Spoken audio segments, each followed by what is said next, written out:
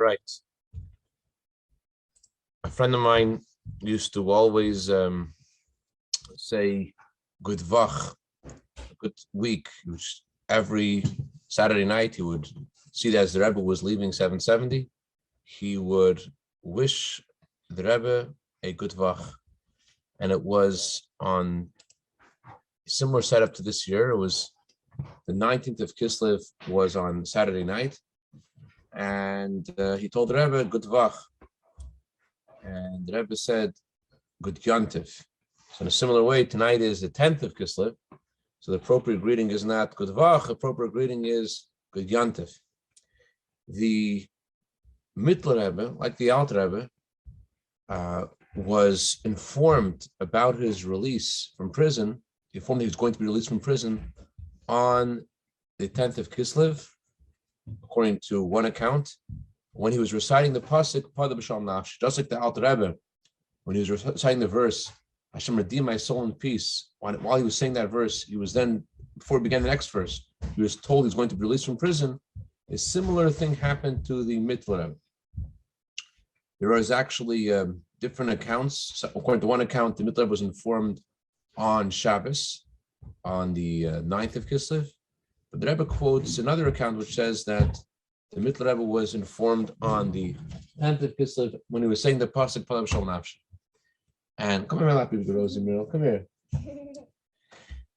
And this pasuk actually has a greater connection to the Mittler Rebbe than it does to the Alter Rebbe, because this pasuk is in chapter 55 in Tehillim, and we say this chapter every single 10th of Kislev. So there is a strong relationship between this pasuk and the redemption of the Mittler Rebbe. The Alter Rebbe's release was on a Tuesday, and the reason why the Alter Rebbe was reciting this verse was because at times of trouble, our Rebbe would say an extra, besides saying that Tehillim is divided according to the days of the month, they would also add and say, they would say Tehillim the way it's divided according to the days of the week. But the Mittler Rebbe and we say this verse, God redeem my soul in peace, every year on the 10th of Kislev. So this pasuk certainly has a strong connection to the Mittler Rebbe's redemption every single year and to every single one of us. So what's the relationship between this pasuk and the Mittler Rebbe's release and to each of us? So this pasuk says, God will redeem my soul in peace. That means that there's not any friction, there's not any hardship, but there's a clear redemption from any obstacles in a way that without any resistance. So I want to share with you two stories on this theme, which highlight how Hashem just rescues us through the tzaddik of the generation without any hardship, in a direct and clear way, as is highlighted in the teachings of chassidus. It says in the Zohar that there are three things that are bound with each other: the Torah, the Jewish people, and Hashem. And when we study the inner dimension of Torah, we connect the inner dimension of our soul with the essence of God. And therefore, there's no friction, there's no fight, but the soul is released immediately. The first story I just read this morning, incredible story. The Rebbe didn't usually perform the honor of sandik, to hold a baby for the bris. But there were a few occasions when the Rebbe was a sandik, and one of them was for the Chitchuk family. Tzvihirsh Chitchuk invited the Rebbe to be the sandik.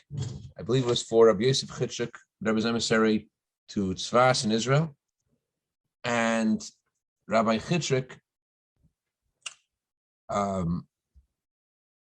invited the Rebbe to be the sandik, and the Rebbe actually spoke about different customs of the previous Rebbe at this bris, prior to the bris. One of them was that the previous Rebbe would turn his head away, so not to look at the baby, because it was hard for the previous Rebbe to see the baby in that state. And another custom that the previous Rebbe did at a bris was he would give money towards the education of the child. It's customary that the sandik pays for some of the child's education. The Rebbe gave $5 because the previous Rebbe gave, I think, 20 zlotys in Poland. And the Rebbe said the equivalent of 20 zlotys is $5. But the remarkable part of the story to me is that when the Rebbe entered the bris, I think it was 544 Kingston Avenue, if I remember correctly. The Rebbe, as soon as the Rebbe walked in, he put his hand, the Rebbe would always, instead of putting his hand to his mouth, the Rebbe would usually just put his hand on the mezuzah, and that's, instead of kissing the mezuzah, the Rebbe would kiss the mezuzah just with his hand. The Rebbe walked into the home where the bris was. The Rebbe just put his hand on the mezuzah, and the Rebbe said, "It's the mezuzah." Rebbe said very decisively, "The mezuzah needs to be changed." And they checked the mezuzah wasn't kosher. So the Rebbe, just touching the mezuzah, was able to sense that this mezuzah has to be changed. There's something missing in the mezuzah. So, as is the story of the mezuzah, there is a very famous story that has been written about in many different Chabad publications. And it's about the Rebbe reaching out to a neshama in Tasmania. What's unique about this story, besides the story itself, is that the Rebbe, I heard, wanted to actually edit this story for publication, and Dr. Michael Hasofer prepared it for publication, gave it to the Rebbe, and somehow it was lost. He wrote 30 pages on this story, and the Rebbe was so interested in the story that the Rebbe wanted to edit it personally before it was published. Unfortunately, that was lost, but on the other hand, you see from the Rebbe's interest in the story that this is a really important story, and for reasons not known to us, the story was not edited by the Rebbe, but we do know a lot about the story because not only did the parents, Dr. Michael and Atara Hasofer, share the story on many occasions, but Baruch Hashem, their children and grandchildren, great-grandchildren are chassidim and going in the path of Torah and chassidus, and know the story firsthand. I want to share with you the vantage point of Dr. Michael Hasofer's son, Mordechai Hasofer, who shared the story with the Kvar Chabad magazine recently. He said that his great-grandfather moved from Russia to Alexandria in Egypt in 1880. They lived in Izmir, and they opened up a factory to make Turkish hats. Remember that, Rosie, the Turkish hats? Okay. They made the Turkish hats, and although Dr. Michael Hasofer's father was religious and his family was religious, but he really didn't know too much about, although his grandfather was religious, he did not know at all anything about Judaism. The only thing he knew about Judaism was that on Passover, you have chicken soup with knedlach, with matzah balls, and on Yom Kippur, he would sit all day in the shul on Yom Kippur, that with his grandfather. That's all he knew about Judaism. And he would go with, he went to university to study electrical engineering, and he was a valedictorian of this class. In 1948, he was a valedictorian of this class, and usually the valedictorian was chosen to have a private audience with the king of Egypt, King Farouk. But because it was 1948 and all the Jews were at that time kept in concentration camps in Egypt because of what was going on in Israel, so instead of him having this private audience with the king, they gave him the loser's prize. They gave him just a picture of the king.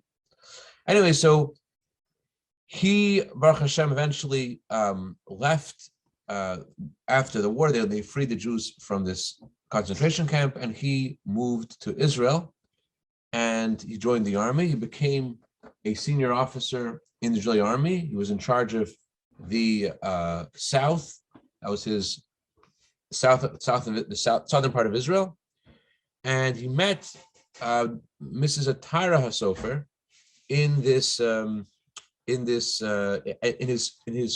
tenure in the army. Mrs. Atara Hasofer, she was a child during World War II, and she grew up in France. Her uncle was one of the top members of the resistance against the Nazis, and the Nazis placed a large ransom on his head, and therefore he arranged that all of his family should be spread out, and no one should be kidnapped or tortured in order to capture him. So he put his sister into, Mr. Atara Hasofer was brought up in a monastery. And she moved to, eventually after the war, she moved to Israel. She went to the very left kibbutz, Shomer HaTzair. She was one of the, if not one of the first, not the first soldier, female soldier in the Israeli army.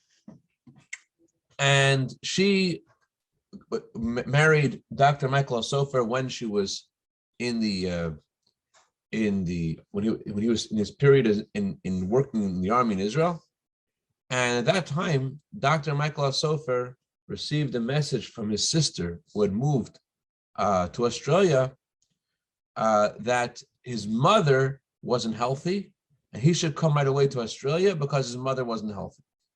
So he went with his wife to Australia, and he discovered when he got to Australia that his mother was fine, 100% fine. But what had happened was his sister didn't want him to live in Israel because she thought it was dangerous to live in Israel. And therefore she made this ruse and told him that their mother is sick. So when he came to Australia, he stayed in Australia, and he eventually moved to an island off the coast of Australia, the country of Tasmania. And they moved to the city of Hobart in Tasmania. There in Tasmania, he joined a university there and studied statistics. He got a job as a professor as well. And one of the oldest synagogues in Australia, actually the oldest synagogue in Australia, or Tasmania rather, is in Hobart. And it was built in 1845. This is it became a Reformed temple eventually, and the community had a rabbi at different times. They didn't have a rabbi, and the rabbi would lead the community in the Torah reading and the services. But the rabbi moved out, and so they had the president of the community. He took over, and then the president of the community moved out also, and so now they were left without anybody to read the Torah. No one knew how to read the Torah. No one knew how to be chazan. So who's going to do the job? So they went over to Dr. Michael Hasofer and asked him if he could possibly please read the Torah for them because none of them know how to read. So Dr. Hasofer says, listen, guys, I don't believe in any of this stuff. I don't believe in Torah. I don't believe in God. I don't believe in Judaism. So you don't want me to lead your prayers. But they're like, listen, do you know how to read Hebrew? He's like, yeah. If you know how to read Hebrew, then you're the guy. Please read the Torah for us. And of course, he didn't think this was a good idea, but they pressured him, and he did this. He came to there and he read the Torah. He was a chazan. And every Shabbos he would go there by bus or by motorcycle, and he would lead their prayers. But as the Torah says that one mitzvah leads to another mitzvah, and it's impossible as a Jew that your soul's connected and you do a mitzvah gets you into it. So he started feeling closer to Torah and mitzvahs, and so did his wife, Mrs. Atara Hasofer. And they were actually plagued by this question: is there or isn't there a God? And Mrs. Hasofer, used to pray to God and ask God, listen, God, if you're there, can you give us a sign? I'll know you that you're there if you give us a sign, but if not, how am I supposed to know? At that time, Rabbi Chaim Gutnick, one of the Rebbe's emissaries to Melbourne, got a letter from the Rebbe where the Rebbe asks him to go visit Tasmania. He visits Tasmania, he comes to the synagogue, he gives a class in the synagogue, and he asks everyone in the synagogue, is every member of the community here? And they said, yes, except for one. The Hasofers didn't show up. So he went to the Hasofer house, and he spoke to Atara and Dr. Michael Hasofer, Aleim Shalom, for several hours. And in that meeting, he was able to answer their questions and their doubts, and they felt that they really got the emes, they really got the truth finally. And what they didn't know, they found out years later, was that the only reason that Rabbi Gutnick visited that city in Tasmania was only because at the Rebbe's behest. Apparently that Hashem had sent the answer that yes, he's around, and they took this as a sign. Rabbi Chaim Gutnick's arrival to teach them about the Torah, they took this as a sign that yes, Hashem and heard their prayers. And Moshe, the Rabbeinu of our time, the Rebbe, had sent Rabbi Gutnick to be the one to bring them close to Hashem. Pada b'shalom nafshi, redeeming their souls in peace, children and grandchildren, great-grandchildren, in the ways of Torah and chassidus. Now, Dr. Michael and Mr. Atara Hasofer, they moved shortly afterwards to Canberra in Australia. They moved to Melbourne, eventually moved to Sydney. And they came close to various chassidim that the Rebbe sent to Melbourne, like Rabbi Yitzhak Groner Alav Shalom, and Nachum Zalman Gorevich. They learned from the great chassidim there all about Torah and mitzvot, and that's what inspired them and brought them to keep Torah religiously.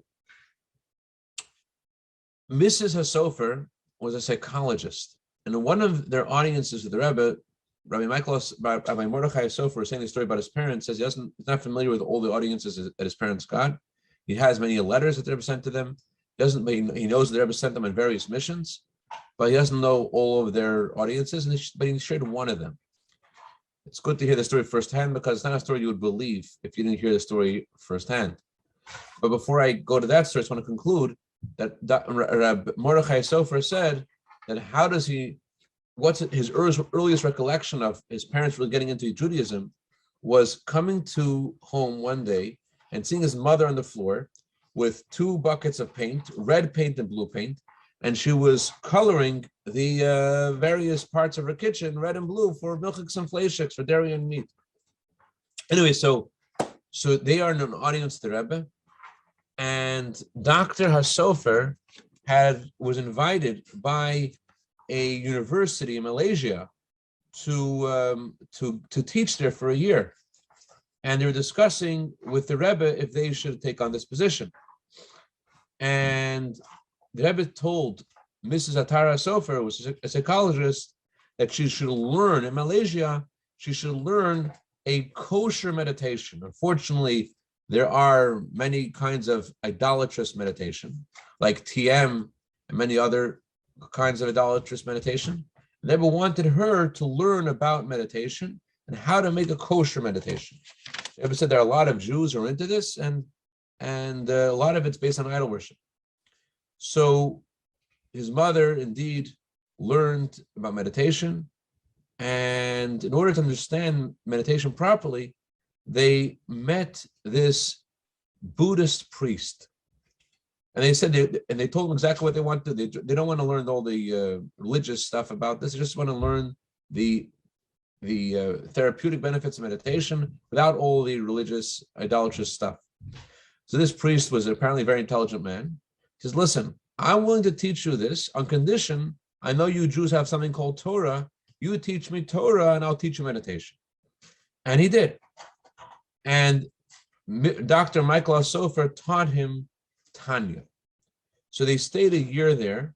And after many years, and after they had left Malaysia, a woman from England came to Malaysia for the same purpose. She came there to learn about meditation. She wasn't interested necessarily in kosher meditation, but she wanted to learn meditation. And she met that exact same priest, and he discovered that she's Jewish. So he told her, listen, you're wasting your time learning meditation from me, because you Jews have something a lot greater than that. You have chassidus, you have Torah, you have mitzvahs. That's what you need to learn. And he put her in touch with Mrs. Atara Hasofer. So we really don't know what our mission is, where we go, what we're meant to do there. But there's no question about it that each of us is an emissary of God to spread Torah wherever we go. And the power of the power of Yud Kislev is that we're able to reach out to another Jew in the way of Pada b'shalom nafshi, like in this story, how the Rebbe just sends this emissary, and just like in the first story, just touches the mezuzah, and all of a sudden the mezuzah, the Rebbe realizes the mezuzah has to be changed, and so too the Rebbe feels the cry of this woman in Tasmania who is searching for a connection to Hashem, and Baruch Hashem comes home. Hashem shall help us all. We should come home with Mashiach Tzidkenu And we should realize until the Mashiach comes who we are sent by, and how we are given the ability to also reach out to others and pada b'shalom nafshi and bring them home peacefully. L'chaim, l'chaim. Mashiach now. A good yontif. Amen. Good yontif.